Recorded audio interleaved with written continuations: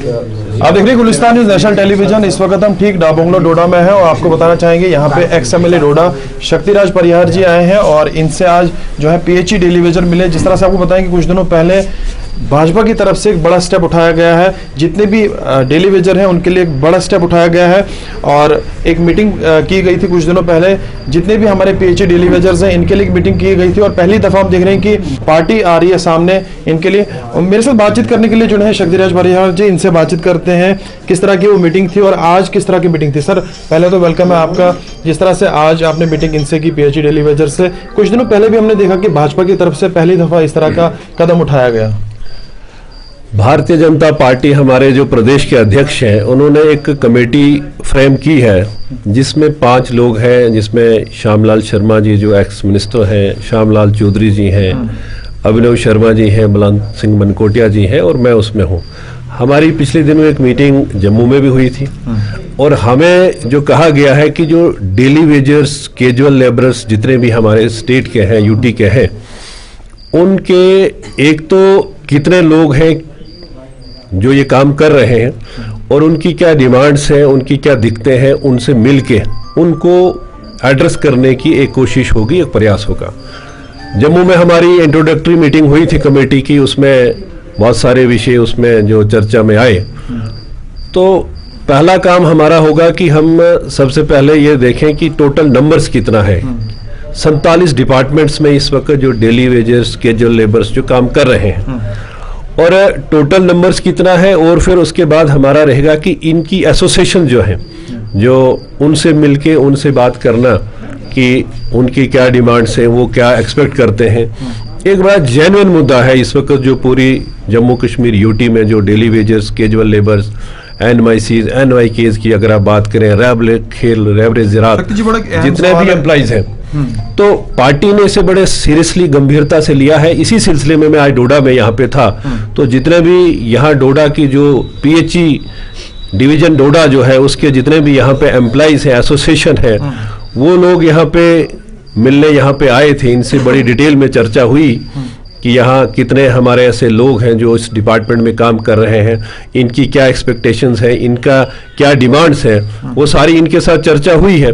इसके बाद भी हमने जम्मू में जो इनके लीडर्स हैं उनसे भी मिलना है, कश्मीर में भी जो लोग हैं उनसे भी मिलना होगा और हमारी कोशिश होगी, प्रयास होगा कि विद इन टाइम फ्रेम एक जो पार्टी ने हमसे एक्सपेक्ट किया है कि सारी डिटेल जानकारी लेके हम अपनी कमेटी की तरफ से एक रिपोर्ट सबमिट करें। और उसके बाद कैसे आप देखते हैं कि पहली दफा पॉलिटिकल पार्टी को सामने आ रही है, बहुत सारी पॉलिटिकल पार्टी पीछे भी रही हैं।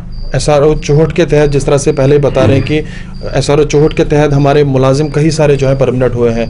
बहुत सारी पॉलिटिकल पार्टी जो है वो वजूद में रह के भी उन्होंने इनके लिए कुछ भी नहीं सोचा। तो आज आप कैसे देखते हैं सारे? जो मेरी इनसे जो बात हुई, डिस्कशन हुई, SRO 64 जो उसमें भी रेगुलराइज हुए हैं, उसके बाद SRO 520 जो बना उसमें भी 500-600 लोग रेगुलराइज हुए हैं। इसमें अगर आप देखेंगे इस वक्त कश्मीर के तो बहुत सारे लोग वहाँ PHE के खासकर वो रेगुलराइज हुए हैं, लेकिन जम्मू संभाग से मैक्सिमम लोग जो है वो डेली वेजर्स हैं। और जो मुझे जानकारी मिली है कि इसमें बहुत सारे लोग कुछ रिटायर हो गए हैं, कुछ लोगों की डेथ हो गई है। यानी एक जेन्युइन जो इनका मुद्दा है, जो इस वक्त जो इनको रेगुलाइजेशन की जो बात करते हैं, सैलरी एनहांसमेंट की जो बात करते हैं, हमारी कोशिश, हमारा जो मैंडेट है, मैंने पहले इनसे भी डिस्कस किया है कि हमारा जो काम होगा कि हम इन लोगों से मिलके बातचीत करके, पूरी चर्चा करके कि ये क्या एक्सपेक्ट करते हैं, इनकी डिमांड्स क्या है, उनको एक रिपोर्ट बना के सही प्लेटफॉर्म पे इनकी डिमांड्स को प्रोजेक्ट करना और कोशिश प्रयास हमारा पूरा होगा। जैसे हमारे अध्यक्ष जी ने कहा है, रविंद्र रैना जी ने कहा है, इसमें डॉक्टर जितेंद्र सिंह जी भी काफ़ी इंटरेस्ट ले रहे हैं कि एक बड़ा इनका एक मुद्दा है कि 20-20, 25-25 साल, 30-30 साल से ये लोग काम कर रहे हैं, लेकिन अभी भी डेली वेजर का टैग इनके ऊपर लगा है। आपको ध्यान होगा कि मैं इनसे बात कर रहा था कि जो पिछली सरकारों की जो आप बात कर रहे थे, उन्होंने केवल ये काम किया कि engage as a CL, casual labour, उनको एंगेज करने का, उनको हम सैलरी कहाँ से देंगे उसका कोई प्रोविजन नहीं था। जो मेंटेनेंस का जो पैसा आता था, जो स्कीम्स का, उसमें से इनको कभी ईद और दिवाली पे मिलता था। लेकिन जब हमारी सरकार जब यहाँ रही, उस टाइम इनका बायोमेट्रिक करके आज इन सब को हर महीने इनको 9,000 रुपया इनको मिलता है। कोविड में फ्रंट लाइन पे इन लोगों सब लोगों ने काम किया और इनको बहुत सारे सपने भी दिखाए गए तब टाइम, और इनसे काम भी लिया गया। बहुत सारे लोगों इनसे छूट भी गए जो इस दुनिया में नहीं भी रहे कोविड की वजह से। पर हम क्या माने, कब तक इस पे काम होगा? न केवल कोविड में, अब आज की डेट में भी देखिए, अगर ये लोग काम नहीं करते तो सारा सिस्टम ठप हो जाता है।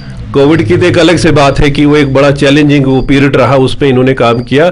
आज भी दिन रात ये लोग फील्ड में काम कर रहे हैं और जितनी भी स्कीम पीएचई की हो, बाकी डिपार्टमेंट्स की हो, वो यही लोग चला रहे हैं। तो हमारी कोशिश, हमारा प्रयास होगा कि जो भी इनकी डिमांड्स, जो भी सही प्लेटफॉर्म पे, सही जगह पे रख के उनको हल करवाने का हमारा प्रयास है। शक्ति जी, बड़ा एक भरोसा इन लोगों का आप पे खास करके। अभी मैं इनसे बातचीत कर रहा था और उन्होंने यही बताया कि हम उम्मीद यही करेंगे कि जिस तरह से शक्ति जी ने काफ़ी अच्छा कॉन्फिडेंस हमें दिया, काफ़ी अच्छा भरोसा हमें दिया कि जल्द से जल्द आपकी जो भी जेन्युइन डिमांड है उनको जल्द से जल्द पूरा किया जाए।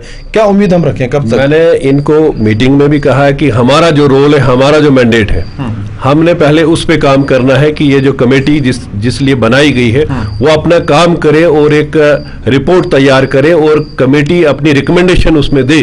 तो उसके बाद जो सरकार को करना होगा उसके लिए भी हमारे बाकी सीनियर लीडर्स भी हैं, वो पूरा प्रयास करेंगे। एक जेन्युइन इशू है ये, कोई ऐसा नहीं है कि एक जेन्युइन इशू है। ये लोग 20-20, 30-30 सालों से काम कर रहे हैं और आज भी इनको वही 9,000 पे काम करना है बहुत मुश्किल है। तो इसमें एक और भी है कि बहुत सारे लोग जिनका बायोमेट्रिक वगैरह जिनको हुआ है, जो ऑनलाइन हुए हैं, बड़े सारे लोग ऐसे भी हैं जो लैप्ट आउट हो गए, छूट भी गए हैं। तो वो सारा फिगर जब तक ना आएगा तब तक कहना बड़ा मुश्किल होगा। लेकिन हमारी कोशिश है कि विद इन टाइम पीरियड, इसको ज्यादा लंबा न खींचते हुए, इसको टाइम पीरियड में ही इसको कमेटी की रिपोर्ट सबमिट हो जाए और कोशिश प्रयास होगा कि इनकी जेन्युइन डिमांड्स जो भी है उनको पूरा करवाया जाए। बहुत बहुत शुक्रिया आपसे बातचीत करने के लिए। तो साफ तौर पे देख रहे थे आप किस तरह से बातचीत हमसे कर रहे थे एक्स-एमएलए डोडा शक्तिराज परिहार जी, जिनने साफ तौर पे बताया कि जिस तरह से भाजपा की तरफ से एक मीटिंग बुलाई गई थी कुछ दिनों पहले, एक बॉडी तैयार कर दी गई है खास करके पीएचई डेली वेजेस के लिए। जिस तरह से पहली दफा आपको बताना चाहेंगे कि एक पॉलिटिकल पार्टी ने इस तरह का कदम उठाया है, खास करके जो हमारे पीएचई डेली वेजर्स हैं, जो हर दिन आप देखेंगे सड़कों पे होते हैं अपनी डिमांड्स को लेकर। लगभग 4 महीनों से हम देख रहे हैं कि अपनी जेन्युइन डिमांड को मांग रहे हैं। आज हम जनाब शक्तिराज परिहार जी से मिले। हमारे मिलने का मेन मकसद ये था कि हमने एक तो इनको मुबारकबाद देनी थी, क्योंकि जो भाजपा ने इस वक्त जम्मू कश्मीर के डेली वेजरों के लिए एक कमेटी यहाँ बनाई है, उसके ये मेंबर हैं।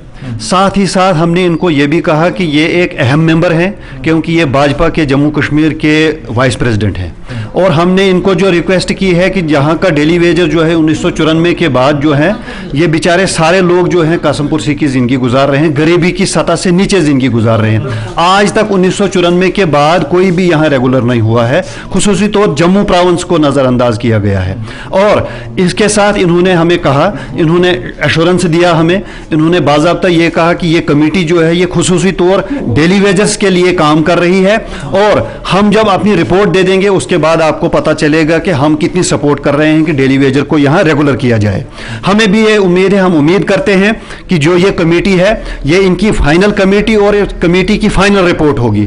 और हमारी तरफ से PHE employees United front Jammu province की तरफ से हमने इनको रिक्वेस्ट भी की और ये भी कहा कि अभी नहीं तो कभी नहीं, पॉलिसी नहीं तो घर वापसी नहीं। जब तक ना हमारा ये क्लियर हो जाए कि एसआरओ 64 के तहत यहाँ के डेली वेजर को रेगुलर किया जाए, तब तक हमारी एजिटेशन जो ये बराबर चलती रहेगी। लेकिन हम उम्मीद करते हैं, उम्मीद हम इसलिए करते हैं क्योंकि जो ये कमेटी बनाई है भाजपा ने, इसमें एक्स मिनिस्टर जो हैं पीएचई के वो 2 हैं, श्यामलाल शर्मा जी जो इस वक्त इसके चेयरमैन हैं, और चौधरी श्यामलाल जी जो ये क्या कहते हैं मंत्री रहे हैं पीएचई के, और वो जानकार बंदे हैं सारे लोग इसमें। और ये हमारे घर के सदस्य हैं, ये हमारे घर के मेंबर हैं हमारे परिहार जी। हमने इनको ये कहा कि हमें अब किसी किस्म की कोई कहने की कोई ज़रूरत नहीं है, क्योंकि आप वहाँ हो। इसके साथ ही आपका और ज़्यादा शुक्रिया। ज़िला बड़गाम में अगरचे हम देखें तो मास्टर प्लान की स्कीमें जो कि यहाँ पर पीने का साफ़ पानी आवाम को मुहैया करने के लिए यहाँ पर अमल में लाई गई, लेकिन अलबत्ता अगर हम देखें कई इलाके ऐसे हैं जो अभी भी पीने के साफ़ पानी से महरूम है। अगर हम आज देखें तो यहाँ पर हम चाडोरा कोठीपुरा में आए हैं, जहाँ के लोगों की ये रुदाद है कि अभी तक हमें जो है पीने का पानी, साफ़ पानी मैसर नहीं है। तो आप सुनिए इनकी ज़बानी इनका क्या कहना है। हमारी मांगे पूरी करो, हमारी मांगे पूरी करो, हमारे साथ इंसाफ करो, हमारे साथ इंसाफ करो। यथ गामस वन हाजीपुरा कुटीपुरा छदर गाम यथ मसल यथ गामस मेन मसल आबुक यथ पे जामुत तत पे आबा वुचमुत कह पे त्रे कपर अक पाइप तो तथ आव कह पे त्रे बे तथ आव कह पे करो मास्टर प्लान दोप वन हसा यू तुम आब तथ मह योतान मास्टर प्लान अत छदर गाम चाबी त्रे लगित यम काल पगह बंद अक दह ग त्रावान जल गंटस खंडस आब बे मुलाजिम थवान चाबी योकुन बंद कर आबा योकुन कहें होकुन कर मिली बागा तम खंद सोन आब निवान बे मास्टर प्लान अत पे यह सा यह इजाजत कनेक्शन दो यमो फैक्ट्री वालिस दित कनेक्शन तमिस बिहार लूख तमिस बंगाल लूख तिम आब दिवान तो अन कह गई तमाम लाल नगर डिपार्टमेंट छानपोर तो अमिच कार्रवाई करान तम कहें तम वन करो अमिच कार्रवाई तो मगर करान कहें तो वो यह बोजान यसान आब आब ग मास्टर प्लानस पे अगर थमित ग आब यह सा वो पे हैंड पंप इस्तेमाल कर तम ग बेमार तो तम गई बुजुर्ग लकट बच्चे आम तौर सारी बेमार ग तम तो वह सन गुजारिश गोस आब क्या बेसिकली जो पानी का मसला है इस एरिया में कहीं कहीं पे मैं आपको बता दूं कहीं कहीं पे पानी की दिक्कतें हैं, लेकिन गवर्नमेंट ने ऑफ लेट इसमें बड़ा जो है सीरियसली इस चीज़ को लिया है और we are having multiple projects in that area. आपका खंदा में भी प्रोजेक्ट चल रहा है, जल जीवन मिशन में, वाथोरा में चल रहा है, बुगाम में चल रहा है, इसी तरह आपके अपर एरियाज में जो वहाँ पे आपका हयातपुरा है जो इनको कनेक्ट करता है उससे ऊपर से, इन सब जगहों पे आपके जल जीवन मिशन के प्रोजेक्ट्स, जहाँ तक मेरे सब डिवीजन का ताल्लुक है, ऑलमोस्ट 44 करोड़ प्लस जो मेरी इतलात हैं उसमें जो प्रोजेक्ट्स हैं जल जीवन मिशन में है। तो हम ये जो है इंशाल्लाह मुझे जहाँ तक मेरी मालूमात हैं अगले साल जून जुलाई तक तकरीबन जो पानी की मुश्किलात है ना सिर्फ हमारे इलाके में बाकी इलाकों में भी बिल्कुल ख़त्म हो जाएंगी। एज ऑफ नाउ भी ऐसा नहीं है कि बिल्कुल पानी नहीं दे रहे हैं, इस इलाके में पानी दे रहे हैं। अब जो शिकायतें आपने मुझे बताई हैं, मैंने जो वहाँ के मुतल्लिक़ हमारे AW वजाहत साहब है उनसे बात की है, तो वो देखेंगे कि पर्टिकुलरली वहाँ क्या दिक्कतें हैं कि इस इलाके में ज़्यादा शॉर्टेज का मसला है और इंशाल्लाह उसको दूर करने की कोशिश करेंगे। प्रोजेक्ट्स का मैंने आपको बताया, प्रोजेक्ट्स जो भी आसपास इनके हो रहे हैं दैट वहाँ की गवर्नमेंट की डेडलाइन है, I think by mid of this coming year जो है उसमें वो सारे कंप्लीट हो जाएंगे इंशाल्लाह। लेकिन इन द मीनवाइल जो भी सप्लाईज करंट सप्लाईज हम देते हैं, मुझे नहीं लगता कि कुटीपुरा में हम सप्लाईज नहीं देते होंगे, लेकिन जो पर्टिकुलर शिकायत आपने जो मुझे बताई है, I have conveyed it concern, हम देख लेते हैं कि वो कंसर्न जो है वो दूर हो जाए और जो शेड्यूल्ड वाटर उनको मिलना चाहिए उनको मिले। आपने देखी जो इनकी ये फरियाद है जिला इंतजामिया को कि ये पीने के पानी से अभी तक महरूम है। हालांकि अगर हम देखें कई स्कीमें यहाँ पर PHE ने बनाई और जबकि मास्टर प्लान्स भी यहाँ पे हुए और कई इलाकों को पानी मिला, लेकिन अभी भी जो बहुत से इलाके हैं जो पीने के साफ पानी से महरूम है। और इनका यही कहना है जिला इंतजामिया से, जो भी इस महकमे के आला अफसरान है और DC बडगाम से, इनका यही कहना है कि हमें ये जो है पीने का पानी जल्द से जल्द फराहम किया जाए। जगह 24/7 के लिए मैं चौड़रा बडगाम से ज़हूर हुसैन। नेशनल हाईवे का इस समय चौड़ीकरण का काम लगातार जारी है और कई ऐसे इलाके हैं जो नेशनल हाईवे से गुजरते हैं और कहीं ना कहीं नेशनल हाईवे के अधीन तमाम ऐसी दुकानें हैं जो अब टूट रही हैं और लगातार लोगों को नुकसान भी झेलना पड़ रहा है। लेकिन उसको लेकर जो मुआवजा है वो भी जो है वो दिया जा रहा है, लेकिन उस मुआवजे को लेकर भी लोगों में काफ़ी ज़्यादा एक नाराज़गी देखी जा रही है। वहीं जतवाल इलाके की बात करें तो यहाँ पर भी हाईवे पर ये तमाम जो दुकानें आप देख रहे हैं, ये दुकानें भी टूटेंगी और लोगों का कहना है कि हमारा रोजगार खत्म होगा, हमारे घर टूट जाएंगे, दुकानें टूट जाएंगी, हम अपना परिवार किस तरह से चलाएंगे, हम अपने बच्चों को किस तरह से पालेंगे।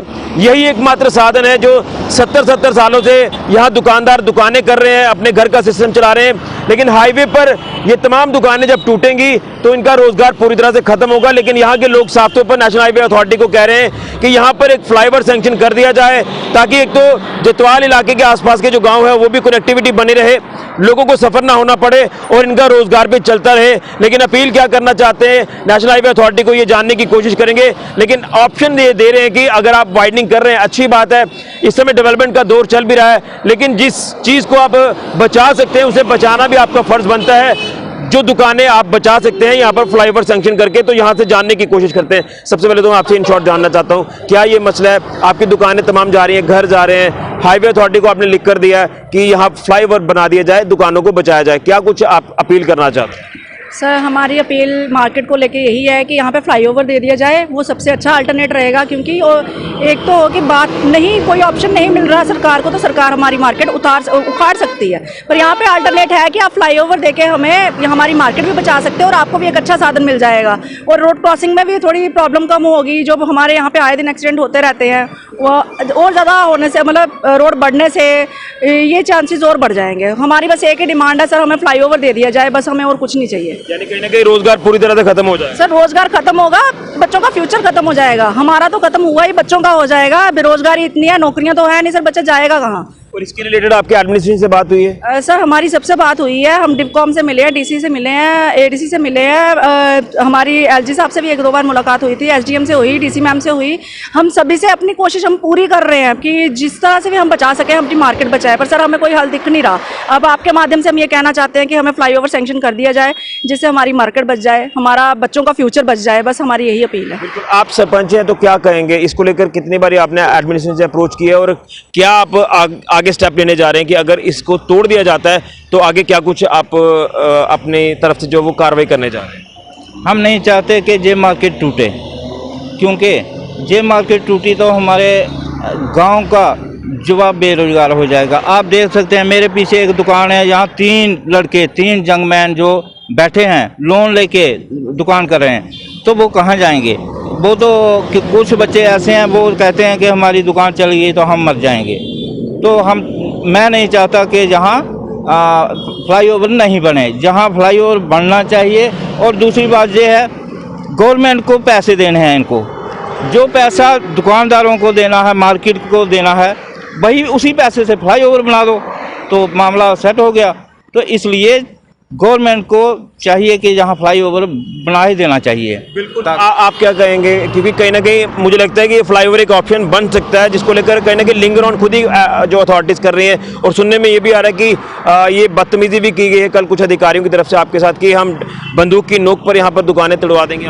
बिल्कुल दुरुस्त बात है कि कुछ एहलकार जहाँ आए हुए थे नेशनल अथॉरिटी के, और उन्होंने कुछ लोगों को धमकी दी है कि हमें ज़बरदस्ती बंदूक की नोक पर ये दुकानें तोड़ देंगे और ज़बरदस्ती कब्जा कर लेंगे और पैसे भी नहीं देंगे।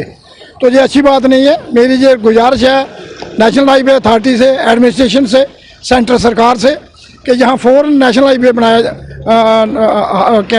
फ्लाईओवर बनाया जाए, ताकि मार्केट जो है वो बचाई जा सके, लोगों के रोजगार बचाए जा सकें। नीचे से 4 हमारी पंचायतें हैं, जो सारे लोगों का यही इसी स्टेशन से, इसी मार्केट से रास्ता है, उनको गुजरने में दिक्कत पेश आएगी, क्रॉसिंग में अगर होगी।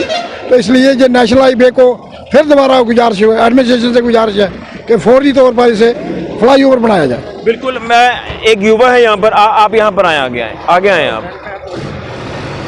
ऋषभ शर्मा। आप अपना सेल्फ डिपेंडेंट हैं, आप दुकानें यहाँ पर कर रहे हैं, आजकल नौकरियाँ तो है नहीं, लेकिन एक मात्र जरिया है, इसको भी ख़त्म किया जा रहा है। हाँ सर, इनको हमारी डिमांड यही है कि हमारी दुकानें छोड़ के फ्लाईओवर बना दो, जिससे कि हम अगर पैसे भी दे देंगे, हम कितनी देर खा लेंगे पैसे?